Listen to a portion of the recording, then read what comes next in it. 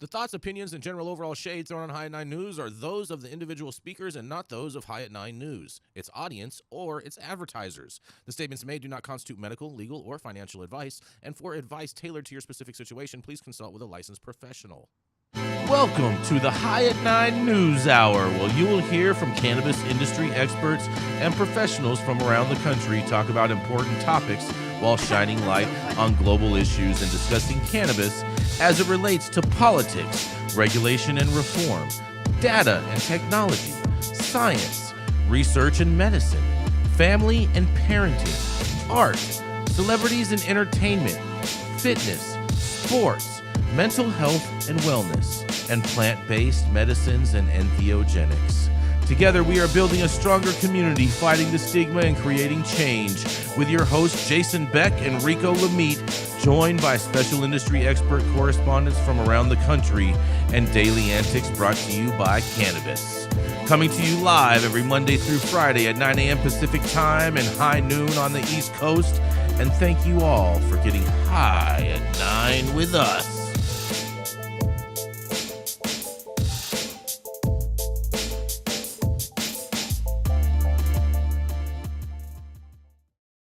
Yeah. Good morning, everybody. That's right. It's Friday, November 22nd. And today is National Cranberry Relish Day. What? Yeah, cranberry relish. That's what I thought. I was like, I've never even heard of that. Sounds like the worst glizzy on earth. Man, cranberry relish. So weird. So weird. It's also National Substitute Educators Day, which stands for Substitute Teachers Day, which means that the kids get to actually run the classroom.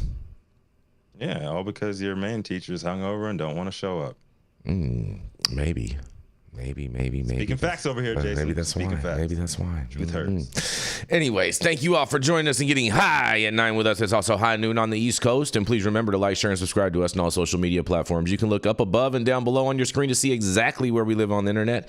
And we are live every Monday through Friday on YouTube, Rumble, Twitch, Twitter, Instagram, Facebook, and on our very own website at www.highat9news.com. And kicking it off today, that's right, we have the dope dad himself, Mr. Rico Lamitte, the man who kicks back everyone's heart attacks. That's right. It is the dope dad himself, Mr. Rico Lamitte. Jason, you dropping bars this morning. Yeah, man. bro. I Thought you know I'm a rapper, bro. I like that. Yeah, When's the album gonna drop? I'm getting in my holiday cheer. You know what I'm saying? Gonna be wrapping up boxes. You know what I'm saying? Lots of holiday cheer. Yes. Yeah, you like that? Yes, sir. Time, baby. and Rico, just so you know, I got a Stream Deck. I got the Stream Deck in the mail. We're gonna hook it up after the show. So I will have sounds at my desk starting next week for everybody. Get all the applause and everything. Sounds. Yes. Sounds. Yes. Shout out to listeners. So, all right, man. I got some good news. For this beautiful Friday morning. The FDA has approved a phase 2 clinical trial called MJP2, investigating the use of inhaled high THC cannabis flower to treat PTSD following a 3-year delay due to safety concerns.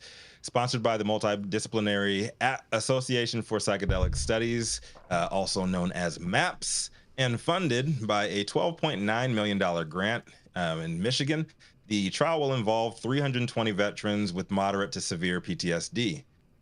Participants can self-titrate. Is that how you pronounce it? Titrate? Yeah, titrate. Yep. Titrate their dosage, mirroring commercially available THC potencies in legalized states. MJP2 builds on findings from its predecessor, MJP1, which showed significant improvement in PTSD symptoms, including anxiety, depression, and sleep quality. The FDA had previously blocked MJP2, thanks Joe Biden, over concerns about high THC cannabis and self-dosing, but has now approved the trial with additional safety measures for vaporization devices. MAPS founder Rick Doblin emphasized the organization's commitment to advancing innovative research that challenges traditional FDA approaches, while principal investigator Sue Sisley highlighted the trial's potential to inform treatment plans for veterans with PTSD. While proponents like MAPS highlight the potential benefits of cannabis in treating PTSD symptoms, critics like Duke University's Harold Cudler questioned its efficacy based on prior research. Still hate Duke, always have hated Duke. Go Tar Heels. Still, Cudler supports further study.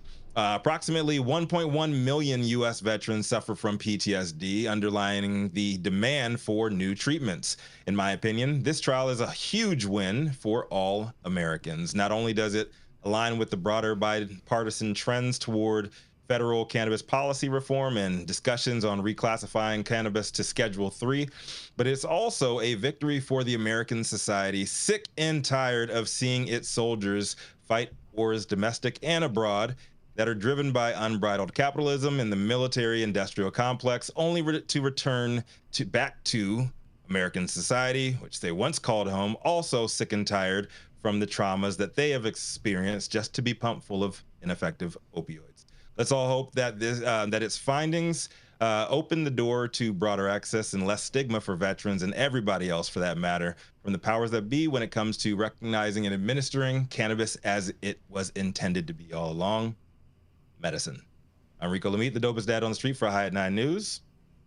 Oh, a little bright one. Start the day off today, man. I mean, how did MAPS get this money to fund this? And yet another category. Is Michigan the new California? Oh, boy. I mean, I don't understand how they got this money to do this after their whole little escapade that they just recently had. Big Gretch, bro. Big Gretch is pro-cannabis. Persistence, maybe. Persistence. Okay. You know, I love that they're using whole flower in the study. That's really the part that stands out to me, because typically funded studies are looking only at single agent, but we know that the consumer uses the whole flower, and so it's better to study what the consumer uses, right? So I'm excited that this is they're looking at whole flower. Dr. T, isn't it crazy that previously they only allowed veterans to participate that were regular smokers or that had been like lifelong smokers? They wouldn't allow like anybody who hasn't participated. But if they hadn't participated, that means that their VA rights weren't jeopardized. So, I mean, like, it kind of seemed like entrapment.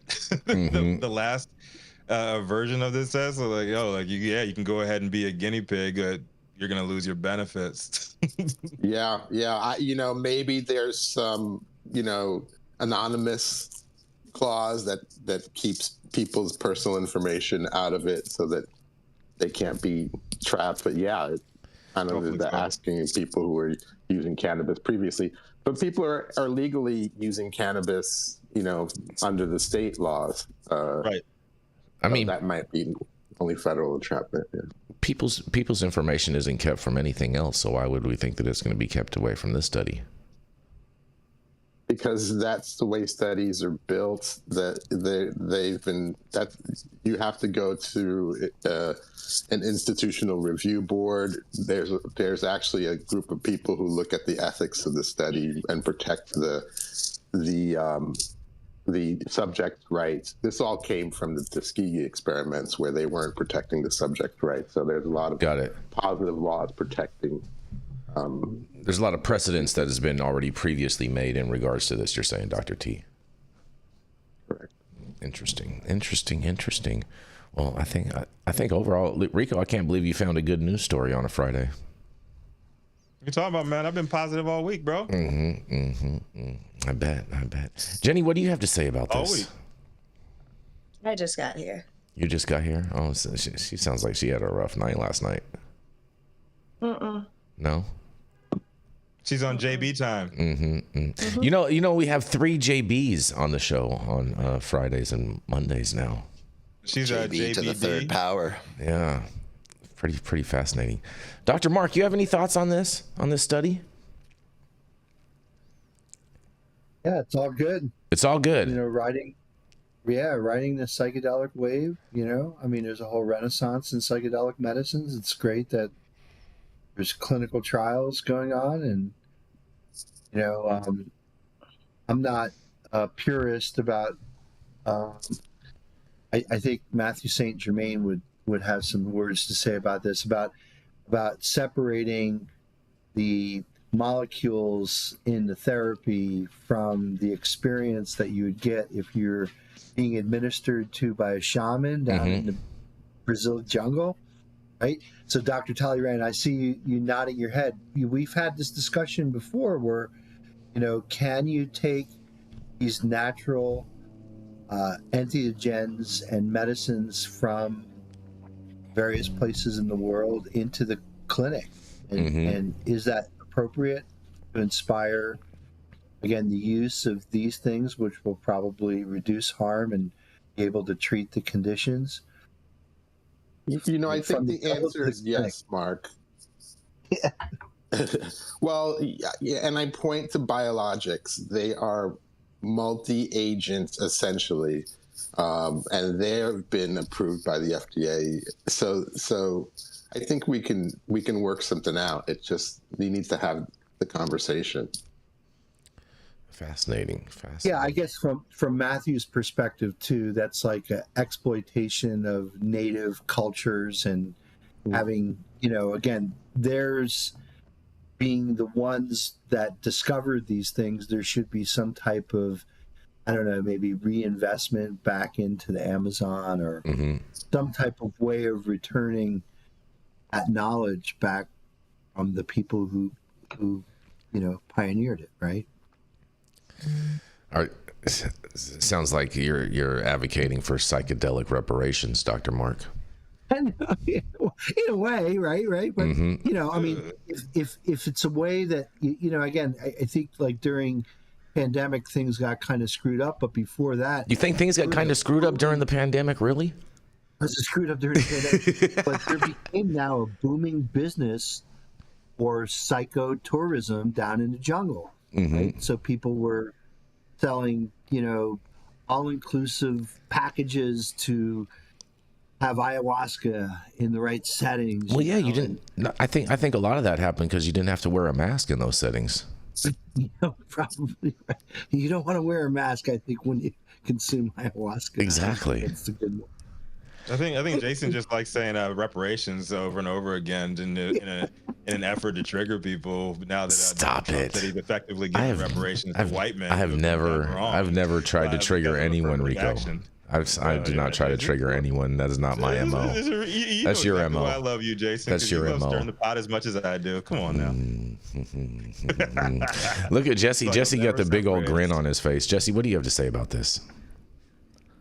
It all sounds good to me. I loved what Dr. Mark said. This is just good for entheogens in general. I love that you use that word, which leans into my story, which is coming later. But yeah, it sounds good to me. The curious thing that stood out to me was the 3 years of delay based on safety concerns. What were the safety concerns? They were worried about the consumption of flower in some way. Was there any clarity on that, or? I think the safety concerns is they were trying to say that if we remove these plants, it's bad for the environment. No, they're saying they're saying inhaling cannabis is bad. It's the argument. It's the Is that argument about because they're smoking it. Like this study is about smoking it. I didn't catch that part. They're allowing them. They want to replicate the normal Americans' experience when going to a dispensary. You can get your own weed. You can smoke high grade, low grade, whatever you want. They want real results. The other one it wasn't like really anything real about it. It's super duper controlled, and like nobody's gonna take a bunch of THC pills or or just ingestibles. Like let's keep it a buck. So we're going to get information about smoking cannabis out of this that's really direct that we don't seem to really have. Yeah, that's why I said I think it's a win awesome. for everybody. I think it's a win for everybody, not just the veterans. It's a win for the cannabis community overall. It's a win for science. And a chance for us to actually show these motherfuckers like, yo, we've known this for years. Dr. T, you have known this for years. Like way before all these other doctors, you do, Dr. Mark, way before these other mainstream doctors got on the bandwagon. It's something that we've known in the cannabis community for decades, for generations. And now, guess what? Prove it to whatever the government is now. That's awesome. Oh boy. And on that, we're going to go to a commercial and we're going to be right back. It's a win.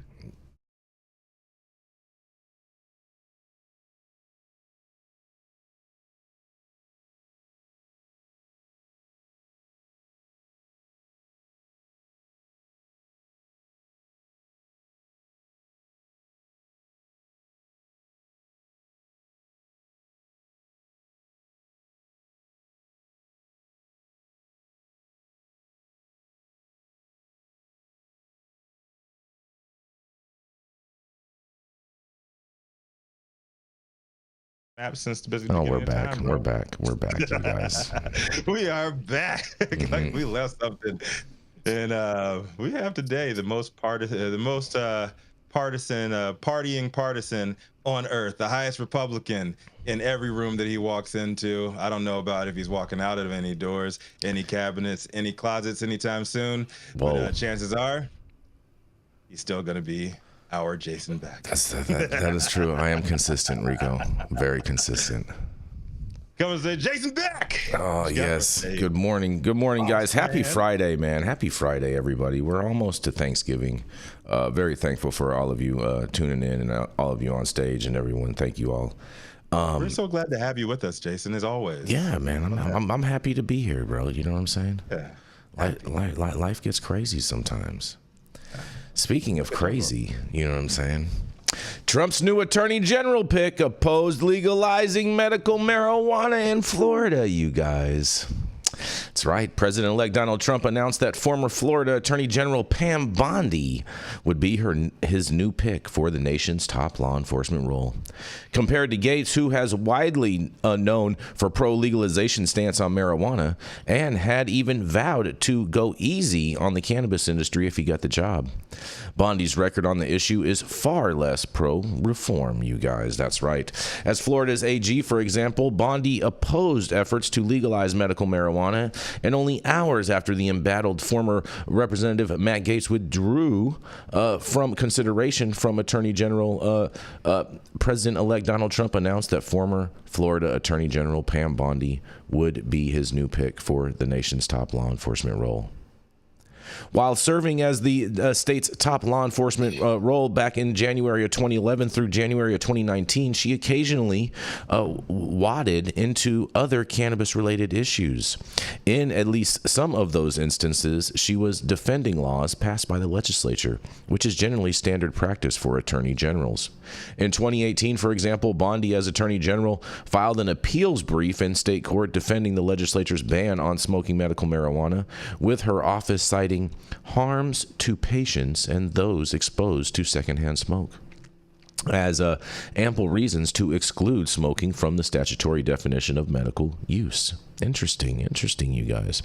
The judge in that case, however, ultimately found that the state's medical marijuana amendment, in quotes, recognizes there is no right to smoke in public places, thereby implicitly recognizing the appropriateness of using smokable medical marijuana in private places consistent with the amendment. And smoking was later added as an approved form of delivery for medical cannabis patients under a push from Governor Ron DeSantis's administration, you guys. That's right, he allowed for smokable flower. Kim Rivers, the CEO of medical marijuana company TrueLeaf, which bankrolled a marijuana legalization initiative that failed to pass this month, said that Bondi on social media on Thursday says, "I think she's a great pick." That's in a quote, you guys.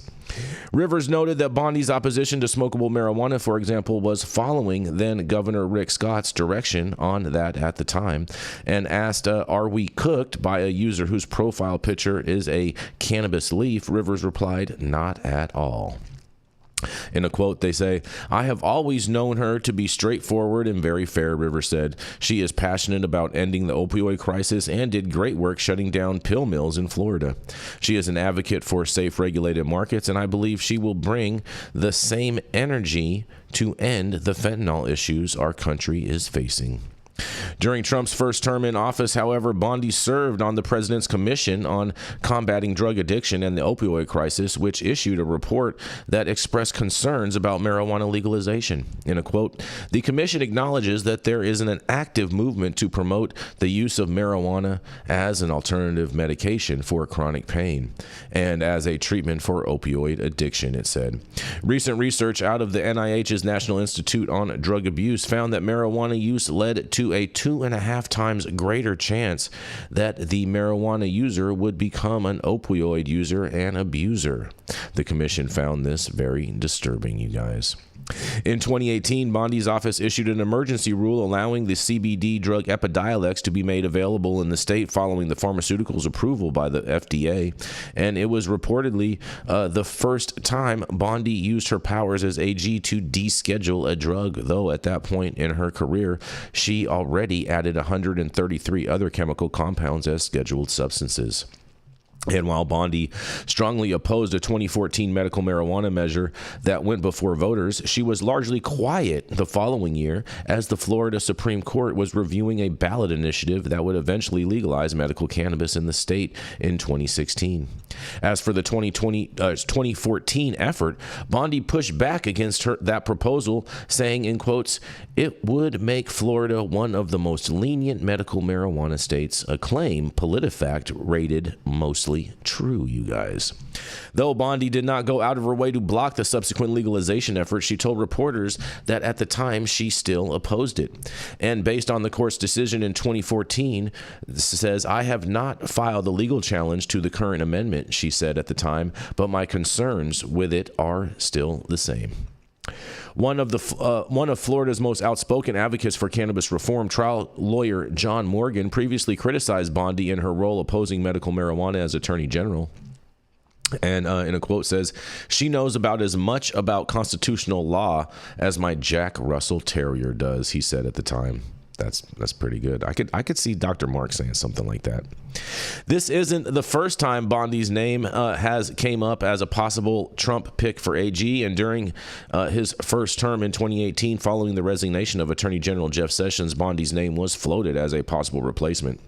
At the time, Nancy Smith of the Sunshine State News characterized Bondi's opposition to cannabis as pragmatic. And in a quote, as committed as she's been to taking down Florida's pill mills and cracking down on illegal use of prescription drugs generally, Bondi is not so ideologically committed to keeping marijuana illegal that she won't stand down in the face of overwhelming public opposition to her position, Smith wrote.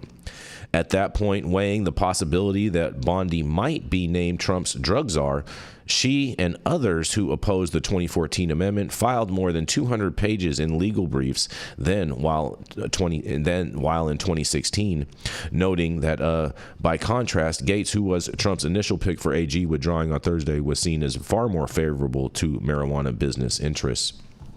He was among the only GOP members of Congress who voted for a democratically led cannabis legalization bill, and he did so twice. He also backed other more modest reforms such as marijuana industry banking access, and Trump's decision to select him for the Attorney General role took many, including congressional colleagues and insiders, by surprise, apparently. But for marijuana stakeholders, it was a welcome choice in the sense that it signaled state cannabis markets would likely continue to see a policy of non-interference from the federal government, and that the Biden administration's plan to reschedule marijuana would proceed despite the White House change-up. Well, first of all, we don't want cannabis to reschedule. We want it to be descheduled, first of all.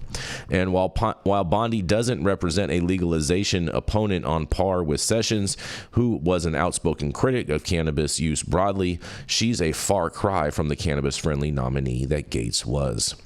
Meanwhile, before President Joe Biden had hands control of the White House back over to Trump, dozens of Democratic members of Congress this week urged him to expand on his executive clemency work in the final months of his term. The lawmakers cited the president's past marijuana pardons as an example of his ability to provide life-changing relief to Americans.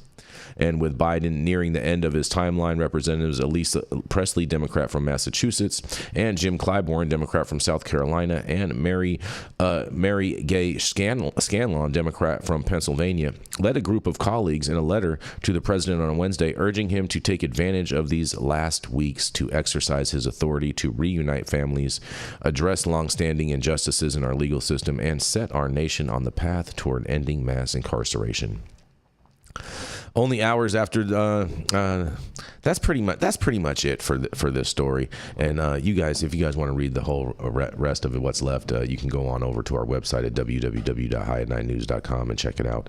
But nonetheless, Pam Bondi gets slated to be our next AG, and I can't wait to hear what you guys have to say about this. This does not sound like a win. It's not a win. It's definitely not a win. And this just goes to show that the name calling and the stupid propaganda of repeating things that are lies, it actually works. And now we get a worse answer instead of having, you can interrupt all you want, but the truth is that there's a bunch of lies. There's a bunch of lies purported about Matt Gaetz, and they chased him down. And because it was a distraction to the whole administration, the cannabis industry just got shafted, a big knockdown. And that's what we get. What were the lies? The lies were calling someone a rapist who's never been proven to be a rapist. There was no judgment. There were no proven. There was no judgment. Yep, you got to have a judgment to call people that, Rico. Happened, but there was no judgment, so it's a lie. And this is what we get. It's not a lie. It is a lie to call someone a rapist who has not been judged a rapist by a judge. That is a lie. You should see. Hold on. Do we need to play the video of Sonny again? If there's no judgment. There's plenty of proof. There's plenty. Oh, you're the judge now. So you're the one over the court who gets to decide what is true and what is not. I said statutory. It didn't happen. There is no judgment. So this is what we get. The point is this is what we get. We get a way worse pick for our entire industry and many other things because a bunch of people whined and repeated lies that you're still just because Matt Gaetz would have been pro cannabis does not mean he wouldn't have been one of the most corrupt, and he has a long history of philandering with underage girls. I don't know about all that. Where's the proof of that, bro? Those are baseless allegations, Rico. You can't just throw shit out there like that. No proof for it.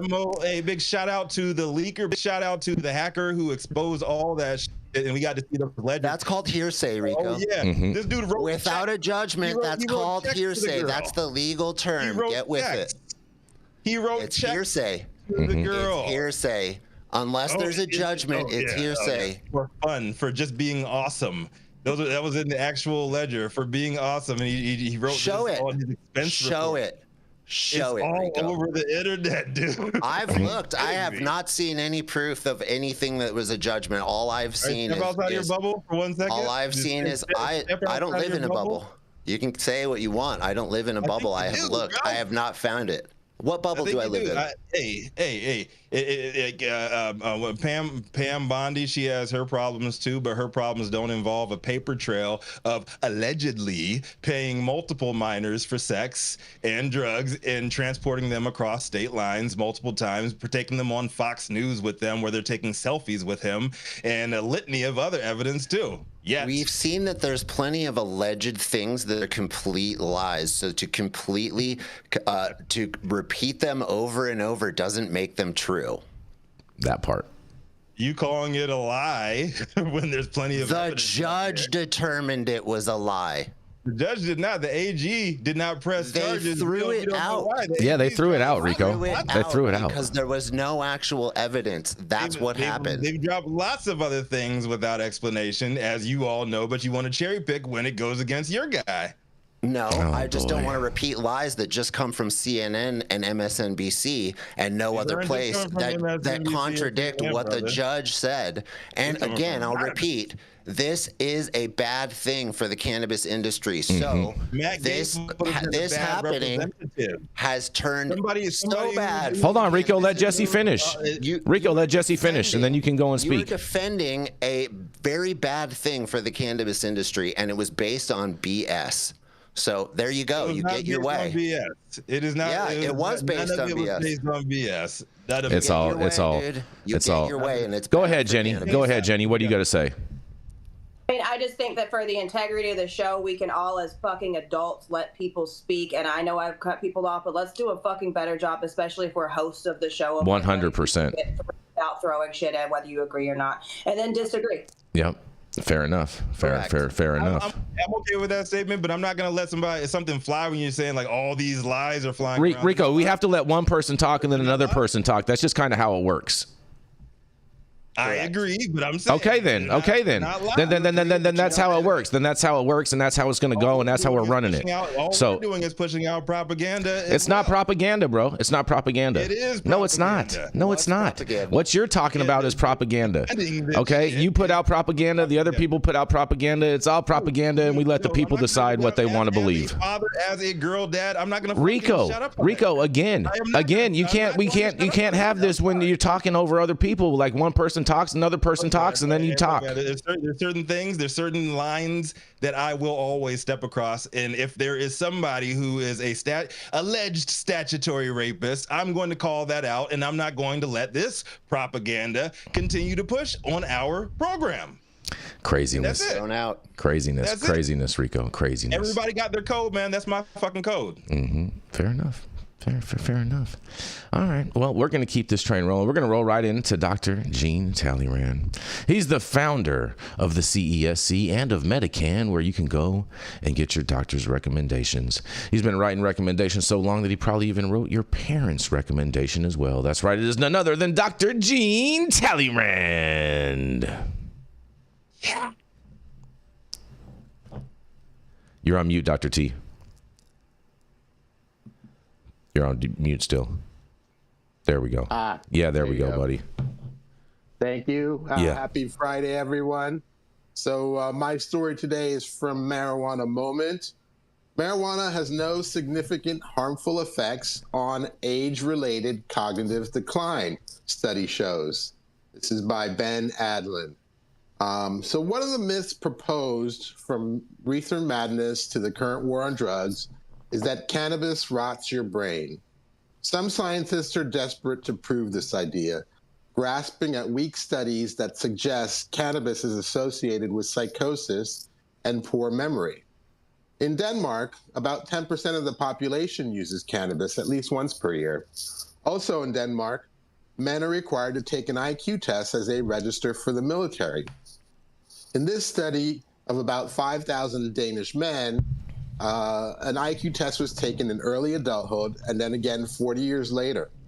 The results, no significant harmful effects of cannabis on age-related cognition decline. In fact, the report says men with a history of cannabis use had less cognitive decline from early adulthood to midlife compared to men without a history of cannabis use.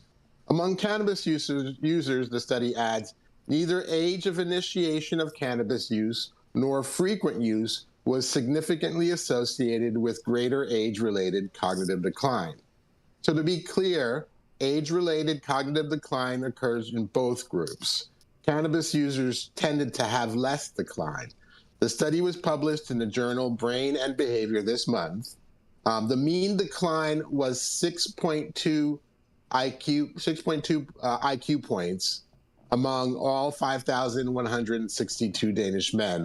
However, those who use cannabis average a decline of only 4.9 IQ points. The authors acknowledge that the lesser decline was modest and might not have clinical significance. Still, the findings align with past studies that found no difference in cognitive decline between cannabis users and non-users. Paul Armentano, deputy director of NORML, said the study's findings contradicted one of the more prominent and long-standing stereotypes about cannabis consumers. It is unfortunate that these stereotypes often go unchallenged in the media and elsewhere, Armentano said.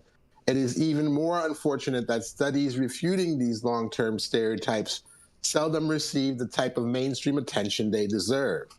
The authors of the study note the less cognitive decline may reflect the characteristics of the cannabis users rather than the direct effects of cannabis itself.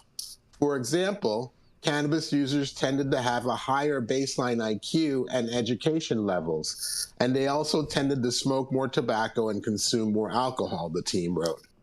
Hence, it is reasonable to assume that additional unmeasured factors might influence this association, potentially confounding the results. Nevertheless, our findings align with previous in vivo studies indicating that cannabinoids have a positive impact on cognitive function and memory in rats. Another study published by the American Medical Association earlier this year found that working memory, reward, and inhibitory control were not significantly affected after a year of cannabis consumption. A third study found that a low dose of D9 THC had anti-aging effects on the brain by restoring new cognitive abilities and neural synapse densities in old mice. And yet another study published earlier this year in the journal Current Alzheimer Research found that people who consumed cannabis reported less confusion and memory loss than non-users. So what do you think? Could it be that cannabis makes older people smarter? It doesn't appear to hurt and may even prevent cognitive decline. Should healthcare providers recommend cannabis to the elderly? Scientists are still debating that issue. However, recommending cannabis to the elderly may have significant effects on cognitive health, wellness, and the cost of care in this demographic. This is Dr. Jean Talleyrand with High at 9 News. Interesting. Their cognitive incline, you said, Dr. T, right? Decline. I was about to be like, man, the cognitive incline. Dementia, forgetful. Man, oh man. What do you think about this, Dr. Mark?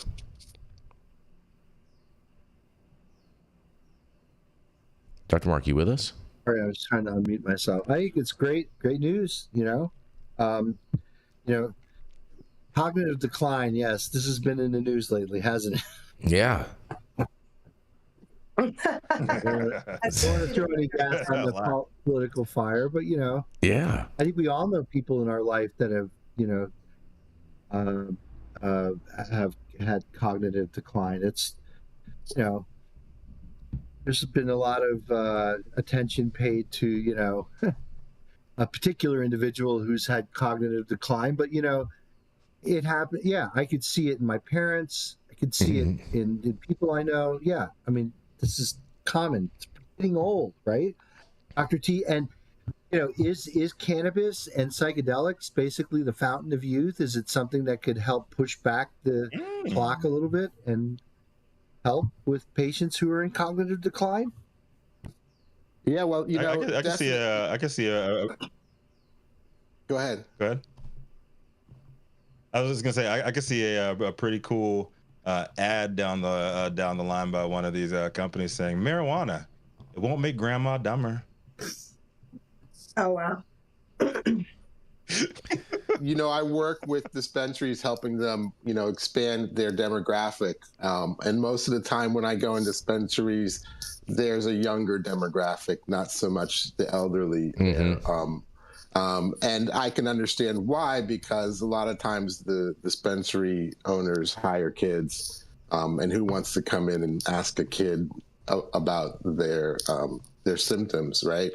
But I think that this is something that could save the dispensaries if they expand their demographic and look at the baby boomer population who tends to have money, who tends to have medical illnesses, who tends to have cognitive decline. And this is an evidence that that cannabis, the products that you guys are selling, may be helpful for them. So I don't know. I think it's an indication to the industry to do some pivoting and open up the idea of different types of customers coming in. Isn't part of the problem though too, Dr. T, that a lot of these products that because they don't have to I don't want to say repeat buy, but they last longer than someone that's coming in to purchase an eighth, which can be gone in anywhere from a day to, what I'm saying, by the end of the week, as opposed to if you're buying a bottle of tincture or something like that, which could last a patient for up to a month or so. You know what I mean? Like you have to 30x that clientele just to meet that same customer foot traffic as someone that would buy an eighth a day. It's an interesting question. I think actually that the person who requires the cannabis on a daily basis for medical issues will end up spending more money at your store than the weed smoker who smokes on the weekends. And so I think you end up selling more products. Plus, this demographic has more money to spend than the kids. I agree with that part. So it's a positive either way. I do agree with that part. I think it's absolutely perplexing, like how much evidence we've seen over the years about the elderly being the prime target of they should be the prime target of legal dispensaries. All these legal dispensaries going out of business. Why? Because you're chasing after that same $5 that Gen Z does not have. The people that have the money, the deepest pockets, are the elderly community. And you should be going after them, after the mature buyers. And this is just more ammo for you to target them. But everybody wants to be cool, though. Fair enough. I mean, I think it also makes it difficult because regulations decide what we can and cannot say as far as making medical claims. So in order to do that and educate at that level in a dispensary setting, you would have to hire someone who is going to be much more expensive than that $17 to $20 an hour bud tender that you have, right? But I think that would be a nod to the fact that we do actually care about the population that we're serving, and we are actually coming at this to try and help people as opposed to just sell weed. So I think, we did a really cool thing with you, Cameron. We had Nurse Amy, who is amazing. Shout out to her. The products initially were formulated for her son who had a tragic accident at a very young age. So you could, no matter if you bought our $19 roll-on or our most expensive tinctures or packs of whatever, you had absolute access to call and actually speak one-on-one to Nurse Amy. You could talk about things like drug interactions. You could talk about things that were really mattering and patients needed to know and needed to understand to be comfortable adding a cannabinoid-based formula into their daily routine. So I think, as we move forward, we'll see the people who actually care about the community, the people who actually care about providing some kind of assistance and some kind of help beyond the fact that, yes, it'll drive revenue for you. It's going to cost more. But where is your heart in this? Do you care about people getting better? Do you care about advancing this as a medicine? Or, what are your true intentions? I think this would be a excellent place for Kim Rivers to have put that $140 million in Florida into educating the elderly rather than behind ballot or Amendment 3. Just saying. Oh man, I feel so bad for all those stockholders. About her own physical health. Why would she care about helping the general public? She's only medical until she can go wreck. Fair. That's a good point too, Jenny Beth. And on that, we're going to go into a commercial and we're going to be right back. This plan would make marijuana legal, but would not remove all of the consequences. Explain that for us. Why are they busting in my door after midnight over something that Illinois says is legal? Right. We've run into so much cannabis. We've run out of places to put it. Things are legalized, but it's not legalized completely. My mini doc on legalization policy in Illinois is available for free streaming now at colememo.com/minidoc.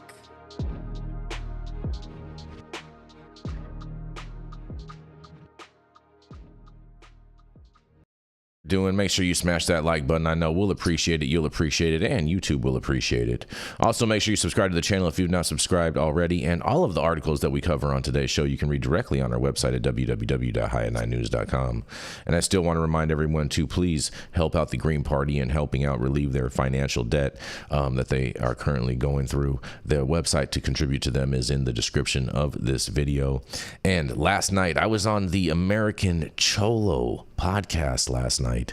And so if you want to check that out, that is up there. Please go and check it out. Give him some views, show him some love, and make sure that you smash that like button for him as well.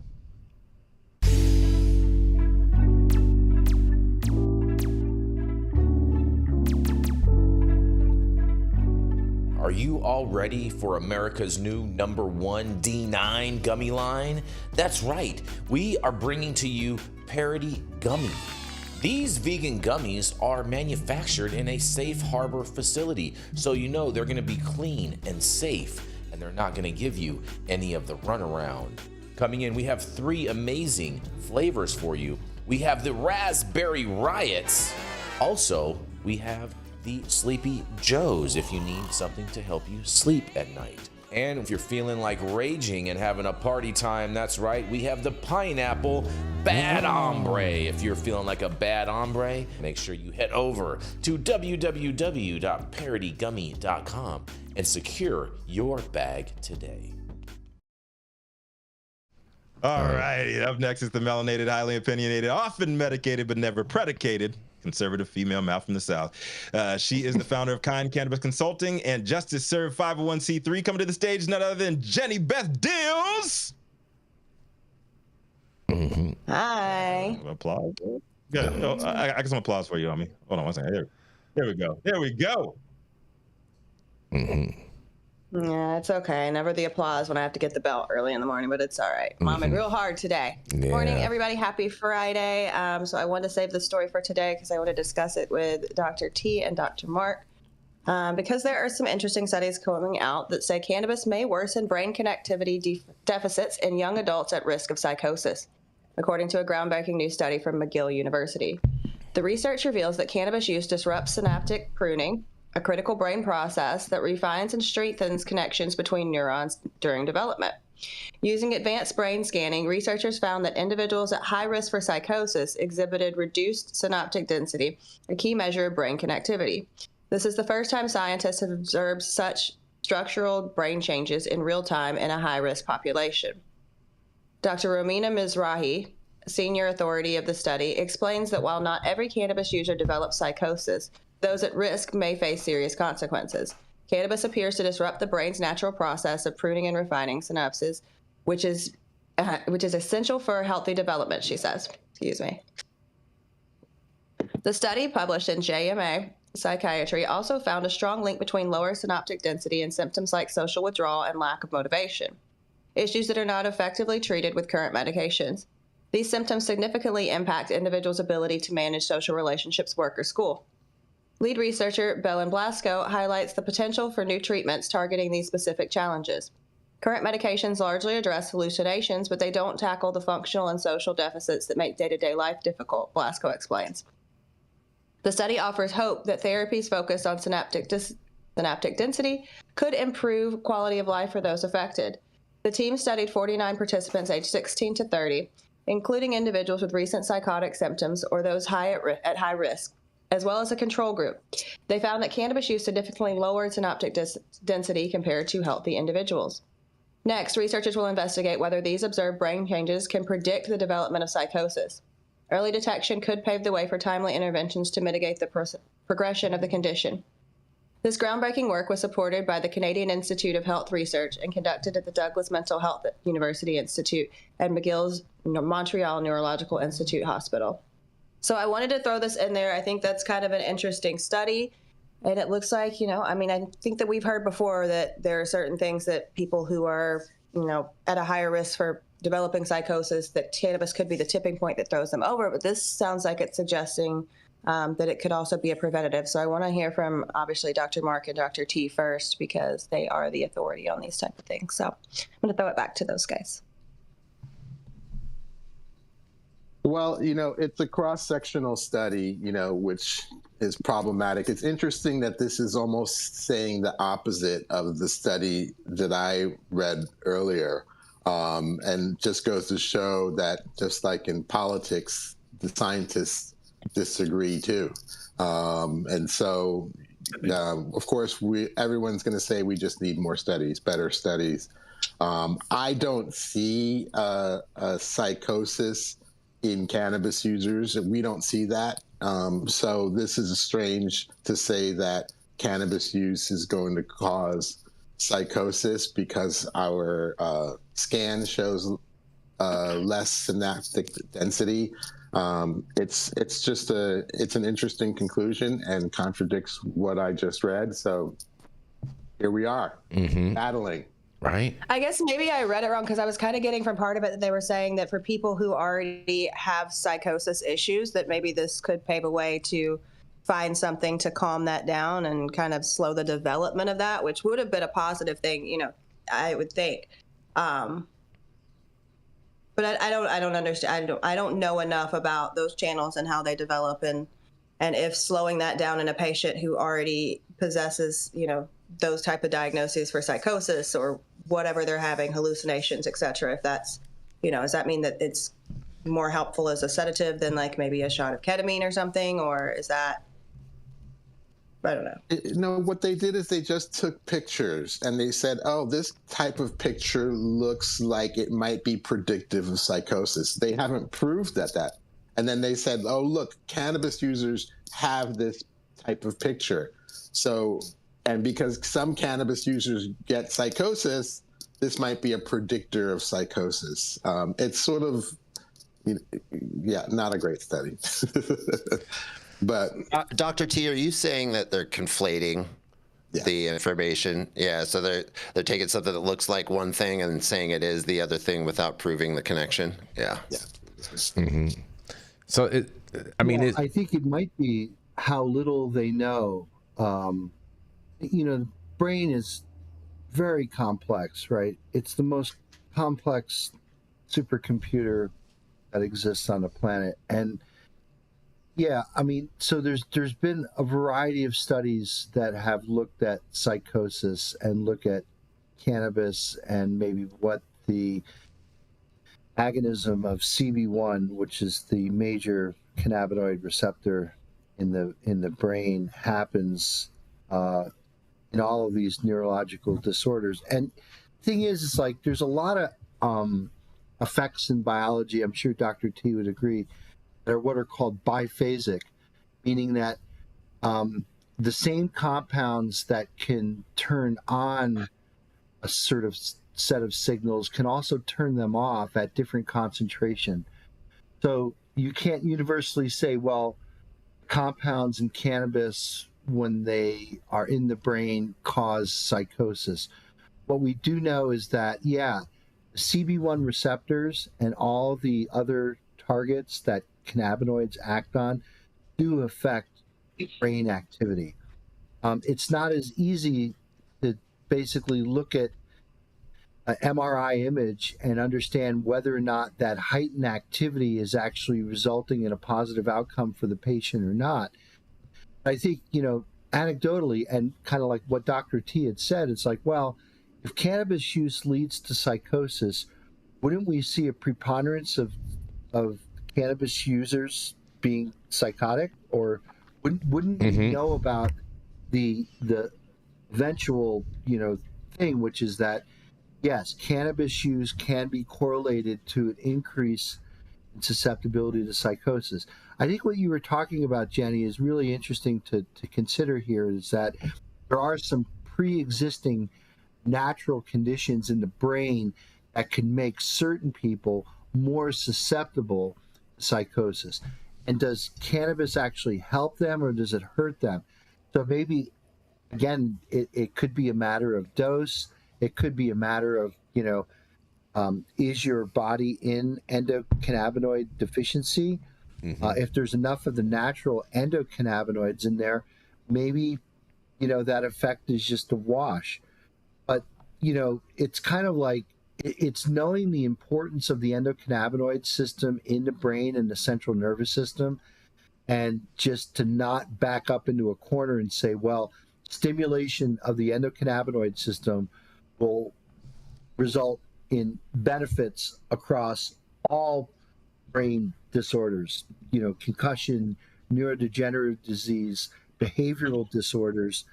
I mean, you can't say that. We know that these compounds are active, and we know that they do act in the brain, and they're integrated into other systems. we need more research to make correlations better well understood, so doctors like Dr. T, who have a patient who perhaps could be susceptible to psychosis, maybe there's a different way of treating those patients and not necessarily throwing them off into the deep end of, okay, just use cannabis and everything will be better.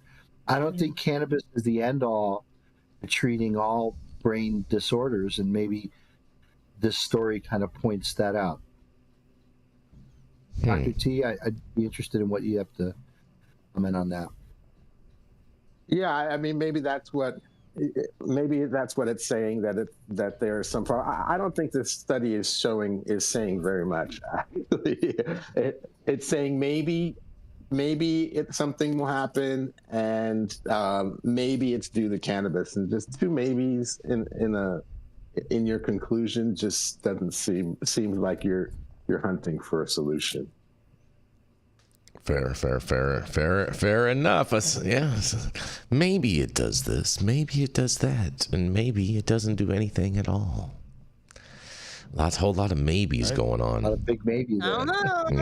I don't know, man. I'll throw the maybe out with the bathwater. Whole lot of maybes going on. Man, oh man, oh man. Well, on that, we're going to roll into a commercial, and we're going to be right back. Are you a business that's suffering from the hyperinflation that is plaguing America today? We have the solution for you. That's right, Patriot Business Financing. Head on over to www.patriotbfc.com and apply for a loan up to $2 million. Any state, any industry, even the cannabis industry, the CBD industry, as well as the industrial hemp fiber industry. Secure up to $2 million today, and make sure that when you apply, you tell Paul you said hi from High at 9. Yes, coming up next, that's right, it's Mr. Jesse Barney. He's one of the men that helped us start High at 9 News in its very start of its infancy. With all of its branding and designs, you can check him out at JB Design Co. That's right, it is none other than Mr. Jesse Barney. Hold up, Jesse, hold up. You're on mute, Jess. You're on mute, Jess. There we go. There we go. Thank you, Jason. Yes. Appreciate that. I do have to unmute. Yeah, there we go. It's Barney Design Company. You know, I always murder it for some reason. I know. But I'm a consistent murderer. That's right. All right. Well, my story comes out of the Jerusalem Post this morning. Scientists discover hallucinogens in 2,200-year-old Egyptian Bess mug. A study recently published in the journal Scientific Reports presents an analysis of a 2,000-year-old Egyptian vase decorated with the head of Bess, an ancient Egyptian god associated with protection and fertility. The vase, held at the Tampa Museum of Art, was analyzed by an international group of archaeologists from the United States and Italy, including researchers from the University of South Florida, the University of Trieste, and the University of Milan. Nature, Newsweek, Science Daily, and other websites have reported also on this finding. Using advanced chemical techniques such as ancient DNA extraction and infrared spectroscopy, the team conducted chemical and DNA analysis on samples scraped from the inner wall of the mug. These analyses revealed a complex mixture of substances, including psychotropic and medicinal plants, fermented alcohol liquids derived from fruit, and human bodily fluids. Among the organic residues detected were traces of the plant Peganum harmala, commonly known as harmel or Syrian rue, which is known for its psychoactive properties. The seeds of Peganum harmala produced high quantities of the alkaloids harmine and harmaline that can induce dreamlike visions.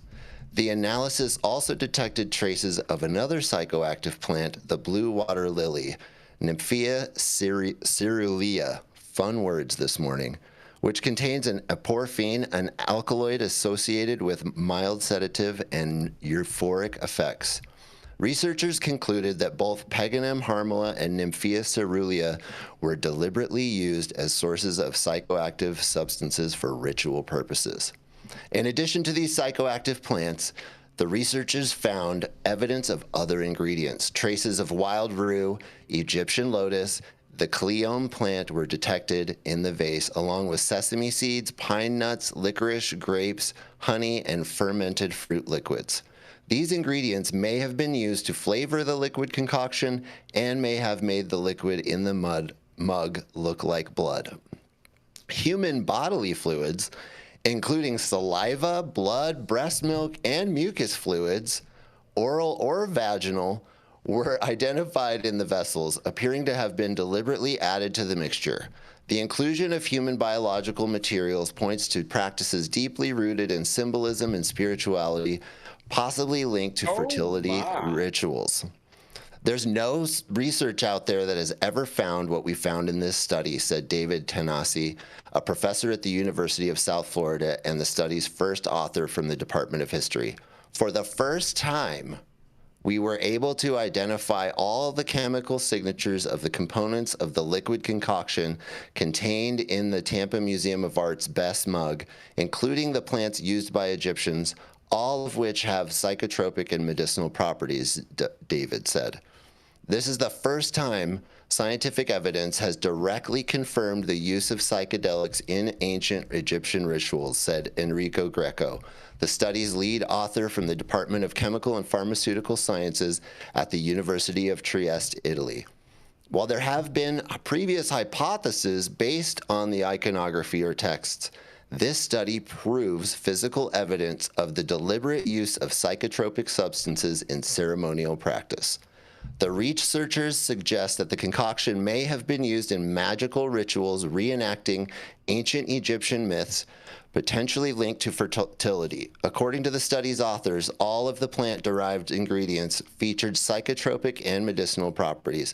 The mixture of psychedelic plants, alcohol, and human-derived ingredients may have been used in a dream vision, inducing magic ritual within the context of childbirth.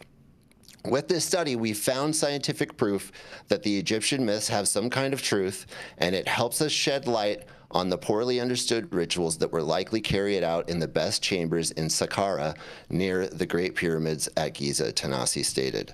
The Best mug is decorated with the head of Bes, a popular ancient Egyptian protector deity linked to joy, fertility, and household well-being.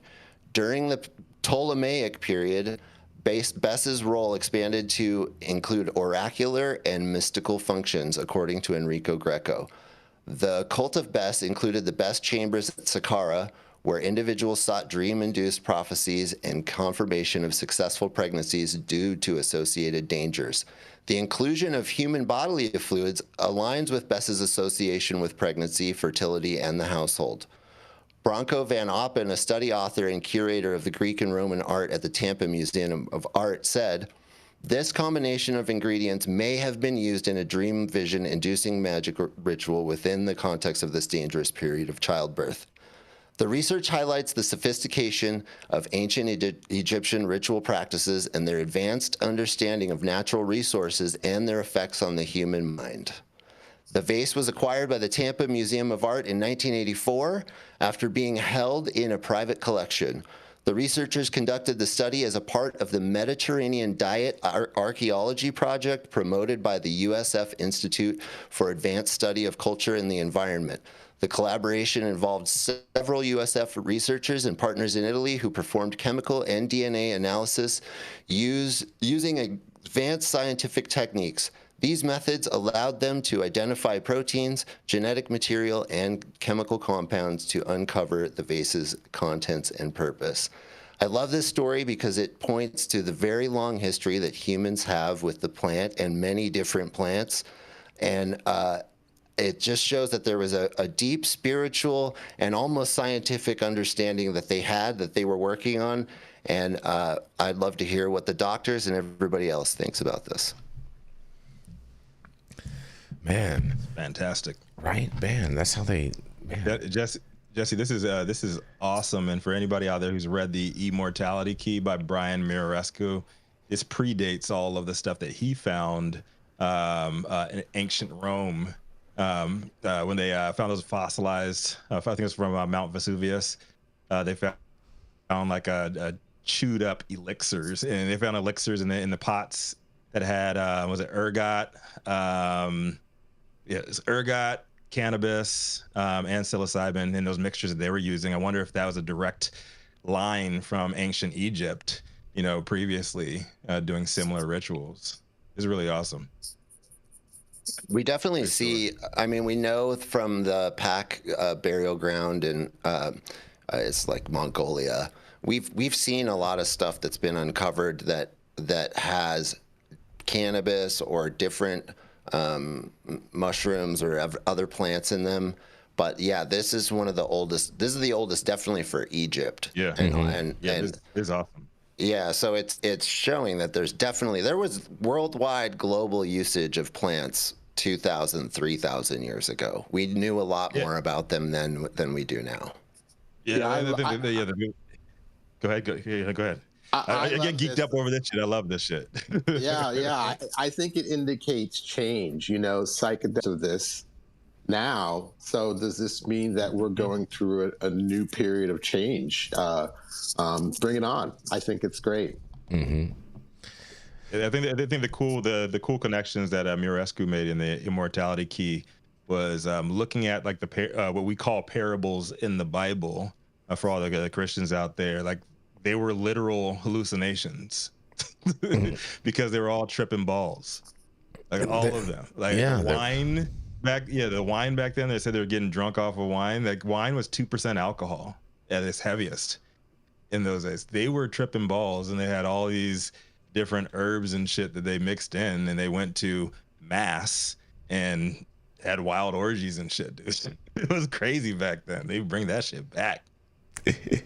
That's actually, I'm glad you brought that up, Rico. Because I'm a Christian, and it's a challenge that I have with the Christian faith and the church in general, that they oppose cannabis, because Genesis 1:29, which is one of the very first books in the entire Bible and one of the very first passages, says very clearly that every seed-bearing plant is to be used for food. So it's literally a theological practice that Christians should understand, that the cannabis plant is to be used for food. And when you eat it, it has, especially if you eat it raw, it has one set of effects. And then when you cook it and you eat it, it has a whole nother set of effects. And that was intended. And then later, there's another misnomer that's not understood by Christians, or really anyone, I think. But in Leviticus, when the priests were entering the holiest of holies, which was the room inside of the rooms with the Ark of the Covenant, they actually prepared an oil, and one of the ingredients of the oil was the Hebrew word cannabism. So it's two words, Kanehbosem. That's how we transliterate it. But it sounds pretty close, right? Cannabism.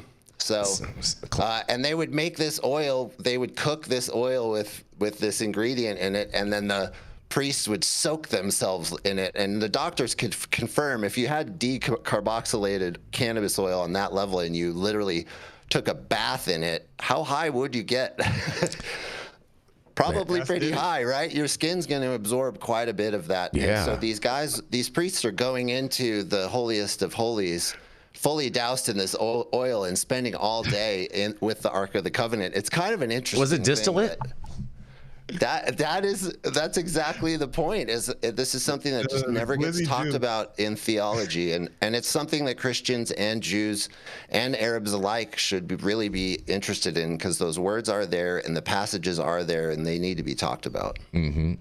That's open up your mind, man. Open up your mind and think of things in a literal sense sometimes, and it's not always a bunch of parables and metaphors. Like sometimes they were getting it in, bro. Well, there is another parable that I've talked with a number of different biblical scholars in regards to, and there's mixed reactions on this. But the fact that Moses and the burning bush was actually cannabis.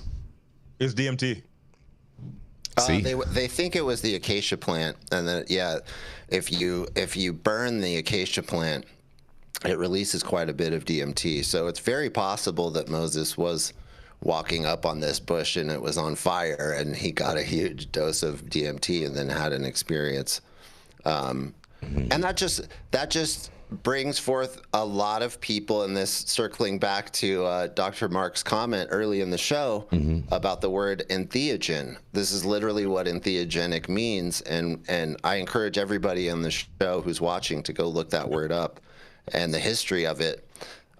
It's pretty incredible, and there is definitely something going on, and I wish that Christians were more informed about this, because I think if they were, they'd be a lot more of our friends than as they typically are our enemies in cannabis and plant medicine. Fair enough. I mean the King James version, man, it's recent history. So I think people need to.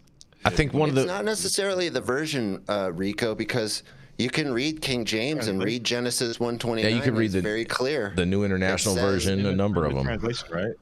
It says straight up, let every plant or every seed-bearing plant be for you as for food. I think it's super clear. They just don't. What the problem is that Christians have generally been on the side of prohibition because they're anti-drunkenness, and there are some clear Bible verses about anti-drunkenness. But then they conflate the two things, that weed and eating it for food and being drunk are the same things. So we don't really know what that was. Well, Jesse, there's also another part of this of the opposition, and that's because a number of the biblical teachers or scholars or whatnot say that the Old Testament dealt with the olden days, like before Christ, and the New Testament deals with everything after Christ. And so they say that because it's not addressed in the New Testament, that therefore that's kind of what they go on and act as though the Old Testament is just part of the book, and that the New Testament is everything that you should live by. Yeah, and that's frustrating because what changed between the New Testament and the Old Testament was, and I hate to do this, and whatever, this is my belief and this is my religion, so it's fine. But Jesus dying for our sins, right? So what it took away was those sacraments that we had to do, going out and having to kill a goat to wash over the fact that you cussed out your wife on a Friday night or things like that, right? Because the blood of Christ essentially had washed those things away. So there was no need to go out and senselessly sacrifice animals. So I think that's the tough part, because Christians do try to, and the Bible has been used for generations and generations and generations as a tool of control, and as fear-mongering, which is very frustrating because that's not what it's supposed to be. So I think that they're doing a great disservice to themselves and the rest of the world by trying to do that. What's the Trump version say? The what? Don't even play into it, Jesse. Don't even play into it. I didn't hear it, so I just it's not even worth paying no attention to. The Trump version of the Bible? Oh, that's coming in 2025, bro. You'll be able to get your Trump Bible in 2025 . Don't worry. Does it have like it's all full of all the rape. Yeah, it's got all the rapes and everything you want in there. The New Testament. I like that. Oh God. This was a fantastic story, Jesse. Thank you so much, buddy. Yeah, this was great. This is great. Jesse. Yeah, great story. You ready, Rico? Roll into Dr. Mark. I am ready for Dr. Mark. Let's do it. We're going to end the show on a treat yet again today, everybody. We have the professor, the anti-booth professor of truth is coming into the booth to kick us some facts. And he's throwing up a little THCA molecule action for everybody to see. It's all THCA. Get you. Ooh, you got some diamonds? Okay. All right, come to the stage. I'm over here hyped up. I got my blue book ready. Hope you guys got yours ready to take notes, because we're going to get a lesson from the professor up in New England, about to kick y'all some game. Dr. Mark, shout on. Adam. I got you, Dr. Mark. Thank you, Rico. Yes. There we go. Thanks, Adam. Thank you, Rico, for that wonderful introduction. Hope everyone's having a great week. It is Friday. Hope you have some great plans for the weekend before Thanksgiving. And hope you are ready to spend some time with your family, including your old crazy uncles. Don't talk politics over turkey, right? Keep the politics out of Thanksgiving. Okay, so today we will end with a story about the Farm Bill. So it comes from Chris Roberts at MJ Biz Daily, and it's entitled Senate Farm Bill Drafts Signal Bipartisan Desire to Solve the Intoxicating Hemp Problem. There's an intoxicating hemp problem we're going to hear all about from Congress. So Congress will not likely pass the new farm bill until, you got it, 2025. When it does, the so-called loophole that has allowed hemp-derived products with intoxicating levels of THC to proliferate across the country over the past 6 years will be closed. That's the understanding on Capitol Hill after U.S. Senator Debbie Stabenow of Michigan released a proposal on Monday that redefines hemp to address the cannabinoids such as Delta-8 THC as well as the so-called THCA loophole. Republicans pounced on Stabenow, the ranking but retiring Democrat on the Senate Agriculture, Nutrition, and Forestry Committee, for releasing a draft of the Farm Bill 400 days after the 2018 version expired. The bill also comes nearly 6 months after the Republican-controlled House held hearings on its own proposal.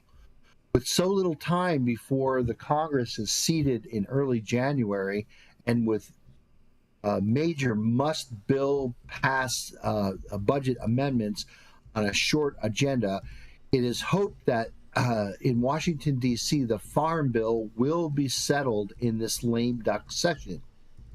Instead, the Farm Bill draft is considered an agenda on setting signal. It signals that both parties want to address the hemp question in a way that sellers of hemp-derived THC products might not like. The Republican version in the House includes controversial amendment from U.S. Representative Mary Miller of Indiana that banned hemp-derived THC outright. Stabenow's Democratic Senate proposes that it does not ban intoxicating hemp, but it does restrict it, redefining hemp as having 0.3% or less total THC as opposed to Delta-9 THC. Sounds like the same thing to me. Including tetrahydrocannabinolic acid, or THCA, this molecule right here. While some states define total THC as inclusive of THCA, THC's biosynthetic precursor that becomes psychoactive when heated, 2018 Farm Bill did not make that distinction. That's led to some ambitious operators to sell THC flower as federally legal hemp. Hemp THC to be addressed in the next Farm Bill.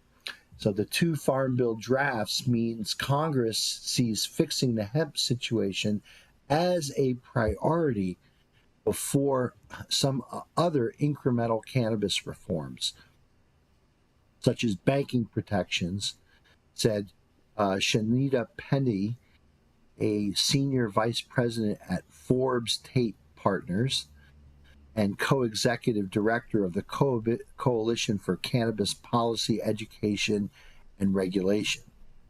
Many states have taken steps to regulate or ban popular intoxicating hemp-derived products, even as the federal status quo remains. It is a reminder that lawmakers are aware of these products that are on the market and have a huge risk to public health and safety, Penny told MJ Biz Daily on Tuesday. The Farm Bill proposal also signals it's far less likely that marijuana and hemp will be addressed in a standalone legislation. Instead, Penny added, Congress understands that we have to do what we can do today, and that addressing it where it started, with the Farm Bill. So, quick article today. I don't know that there's anything new here. We've talked about this on High at 9 News several times before. There is no real THCA loophole, because if you read full language of the Code of Federal Regulations, it does require decarboxylation in the test that's done 30 days prior to harvest.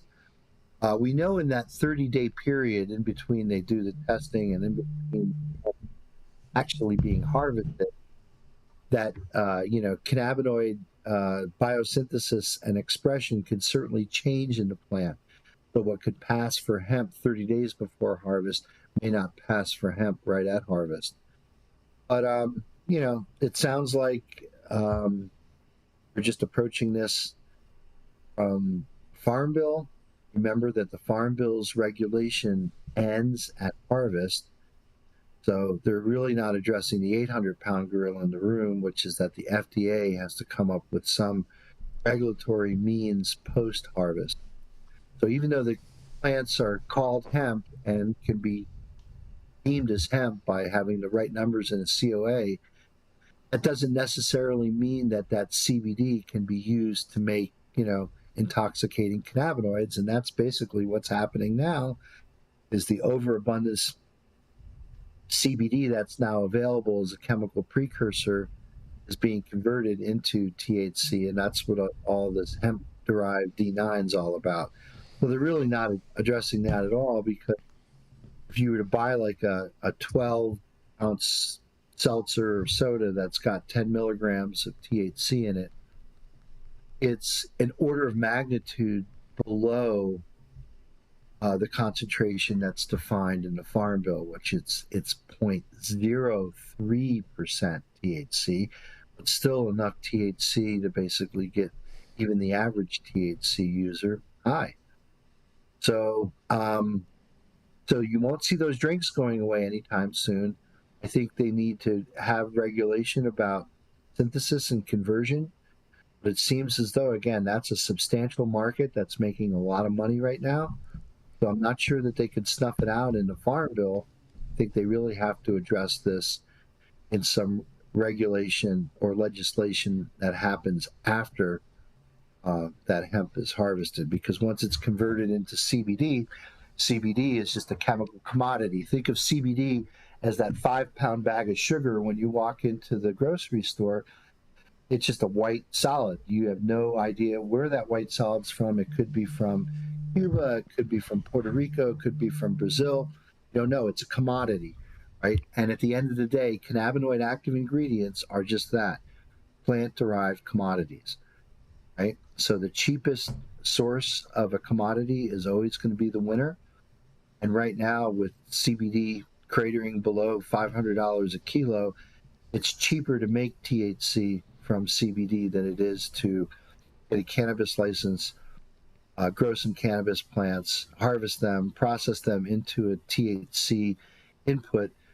It'll roughly cost 5 to 10x more in production cost to make THC that way versus converting it from CBD.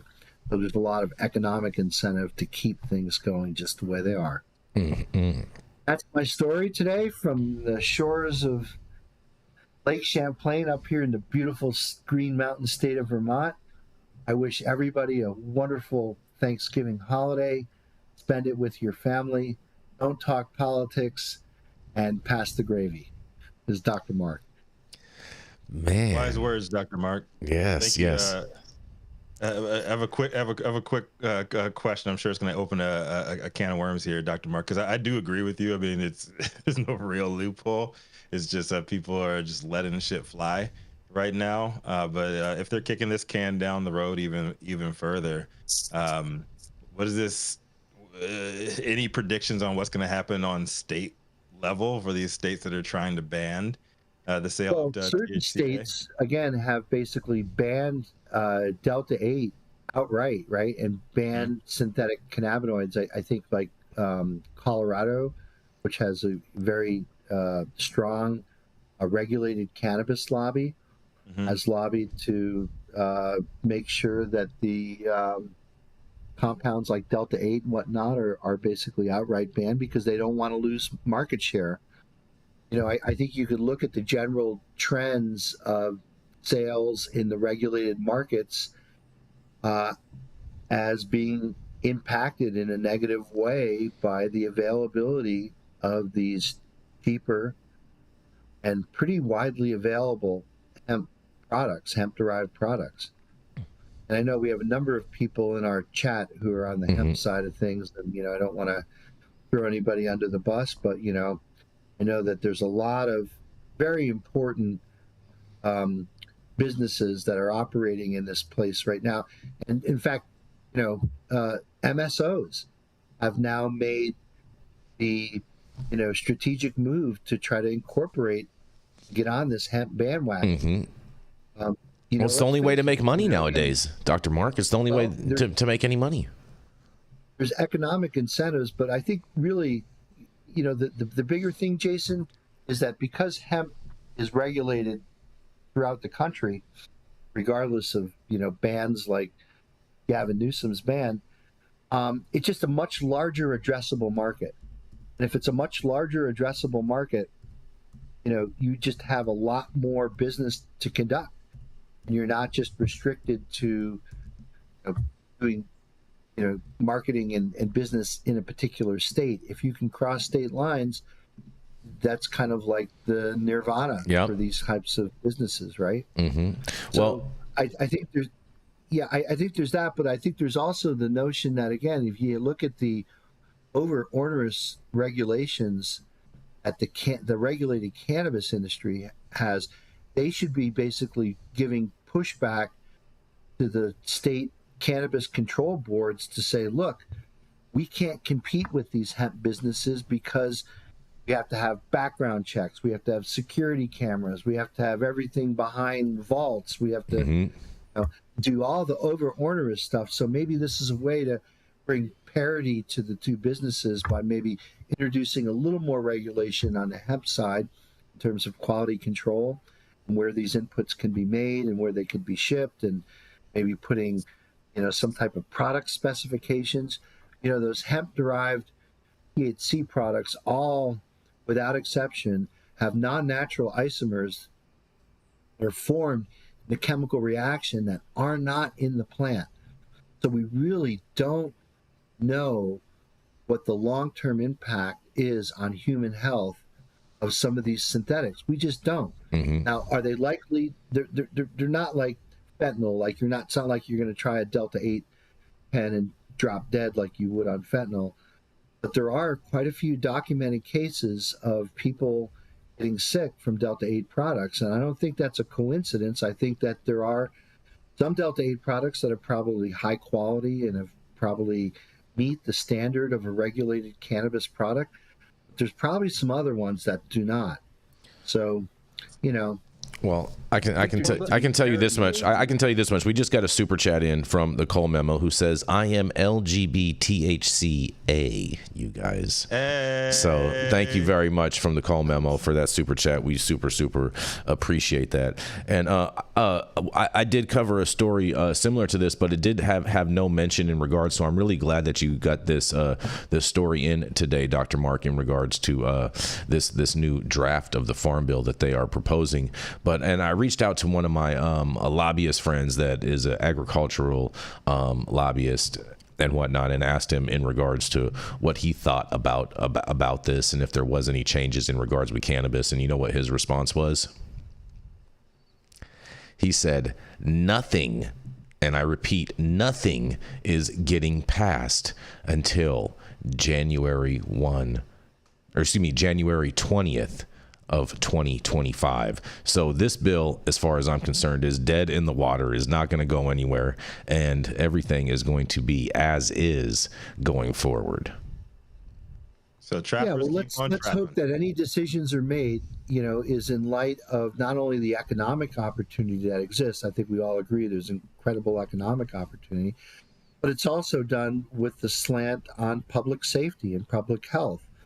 And, certainly I think, I'm not saying that anything hemp-derived is dangerous. Don't read it that way. But I think we have to show that the products that are being produced in the absence of regulatory authorities are safe for human consumption. Well, I think a lot of that has to do with how these things are manufactured and processed and the type of facilities that they're made in and whatnot, and which is a perfect time for me to remind everybody that they can go and secure their bag of Parody Gummy over at www.parodygummy.com, which is manufactured in a safe harbor facility. And if you want to see our COAs, they are available to view right on our website at www.parodygummy.com. So go ahead and check them out and secure your bag today. That's how you bring the issue to parody right there. Oh, I see what you did there. That was cute. That was allowed. Yeah, that was cute. That was cute. Oh man, the call memo in with another super chat. It says, if stores can sell Everclear and other lethal substances, why can't they sell cannabis, drinks, edibles, etc., which have no risk of fatal overdose? And follow. Go ahead. Got another one. Yeah. We got one more. The C word coming in. He says, Terpnami Seed Market in San Francisco, December 7th and 8th. Good morning, you beautiful and brilliant stoners. Thank you so much. The C word and the call memo. Look at that. 3 big super chats rocking and rolling over here. And a quick response to you, Cole. Being in Illinois out there, that's the first time I even heard of Everclear and grain alcohol, because we didn't have that in every state. We don't have that in Virginia. It's ingrained in Illinois' culture, Rico. Yeah, it's not legal in every state. I can't buy Everclear in Washington either. I make tinctures of various kinds. I have to go to, oddly enough, Idaho to get it. Wait, Rico, the Appalachian Mountains run right through Virginia. You're telling me there's no moonshine in Virginia? What? There's no Everclear. There's nothing you can buy legally on the shelves. But you can get some bathtub brew wherever you go. You just ask. Every third person. How about the folks up on Old Rocky Top who get their corn from a jar? And Jeremy Grove in the chat says, in Charleston, South Carolina, you can get a 5 milligram THC beverage at a sports bar. Oh, Jesus. Fair enough. Oh, man. On that note, thank you all for joining us. You can buy Oxycontins at the Walgreens, too. So, Oh, man, you guys. Shout out to the Sacklers and the lack of accountability in America. Thank you all for joining us for yet another week of High at 9 News. You can catch us live weekdays, 9 a.m. Pacific, high noon on the East Coast. Big shout out to the super fans getting their comments posted live on the big screen. The call memo and the C word coming through big for us today. Anybody else in there in the chat today? Just those two. The C word and the call memo. Shout out to both of them. Much appreciated, guys. Big love on that. Also to our live audience and online supporters, catching us across social media platforms, tuning in each day to the headlines of chaos, also known as the developing cannabis industry.